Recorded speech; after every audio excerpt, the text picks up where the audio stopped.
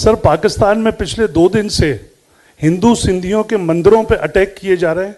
कल एक सिंधी लड़की का वहाँ पे मर्डर हो गया और काफ़ी तोड़फोड़ मंदिरों में की जा रही है, काफ़ी मीडिया में भी आया है।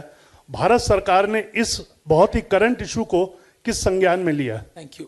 Parikshit, regarding Pakistan, minorities in Pakistan, I think the numbers which, if you, this is not a new thing. I mean, here is a country which today is waxing eloquent about other nations. I mean, look at their treatment of minorities. I think the minority numbers have come down dramatically in the last 70 years. I think to a point where they probably don't even put it out publicly anymore.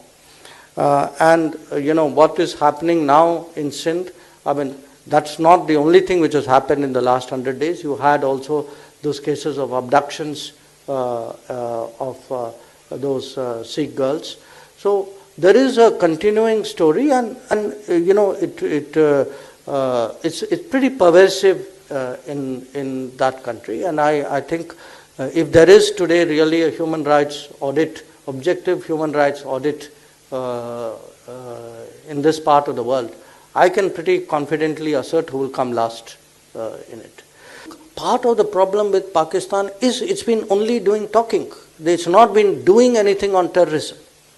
That they think that nice words are a sort of answer to the real problem, and the real problem is the dismantlement of this industry that they have created. So the question is not today, whether what can you talk about. At the end of the day, it goes back to what I told you, which is for any neighbor, and this is not a India issue. I mean, show me a country in the world which will accept that its neighbor can conduct terrorism and then it will go and talk to the neighbor. So our position is completely normal, rational. They are the set of people whose behavior is an aberration. The abnormality is there. So I think our position cannot be clearer than what I have spelled out earlier. And on POK, yes, our position on POK has always been and will always be very clear. POK is part of India, and we expect one day that it will. We will have the jurisdiction, physical jurisdiction over it.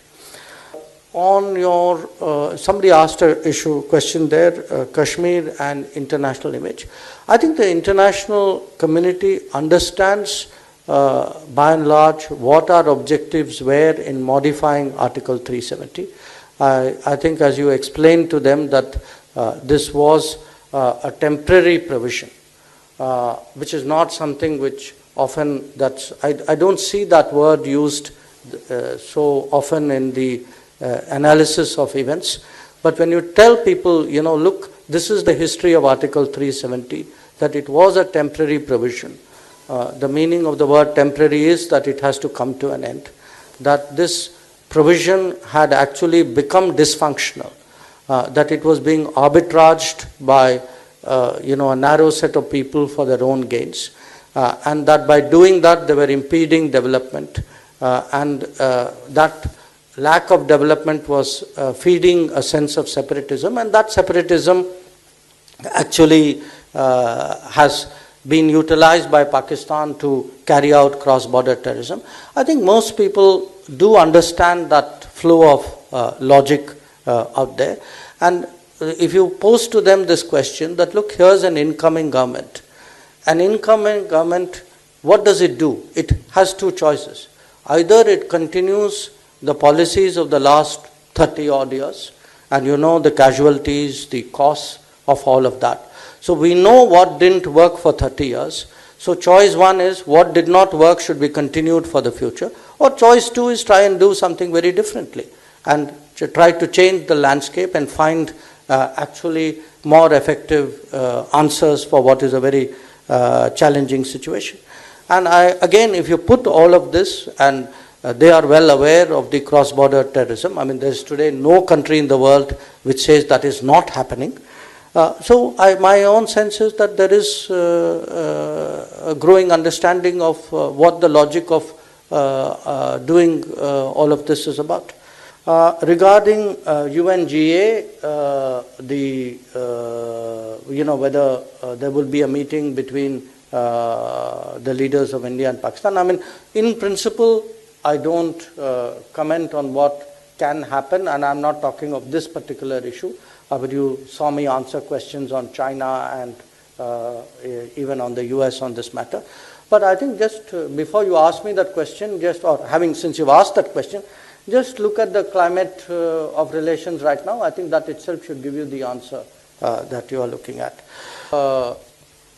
Diplomacy is largely, not exclusively, an intergovernmental exercise. Okay, so most of the people I deal with directly are people in the government. So that was broadly what I was referring to out there. Having said that, of course, I mean, we all know how important press is, including press of other countries. So now, in terms of how the reporting is going, look, people are entitled to have views. Someone like me is entitled to have views on their views. And I've noticed two things. One point I made earlier, that I have very rarely seen a story from anybody which brings out the fact that 370 was a temporary provision of the Constitution. In fact, it's interesting. I mean, all of you need to Google this and see, how many people actually have reported that. Because somewhere that is at the heart of the issue. Similarly, it's made out sometimes as though we did something on August 5th which terribly complicated a situation, with the assumption that things were normal and happy before August 5th. Now, you all know the situation in Jammu and Kashmir before August 5th. And I mean, yesterday before the Honorable Supreme Court, I mean, government laid out the situation with very graphic and very disturbing numbers.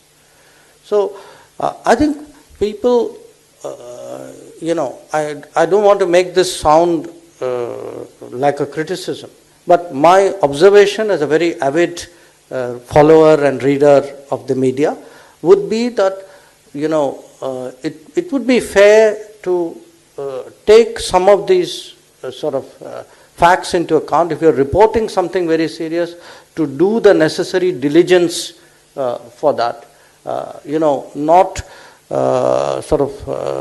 make sweeping judgments necessarily based on what is a momentary impression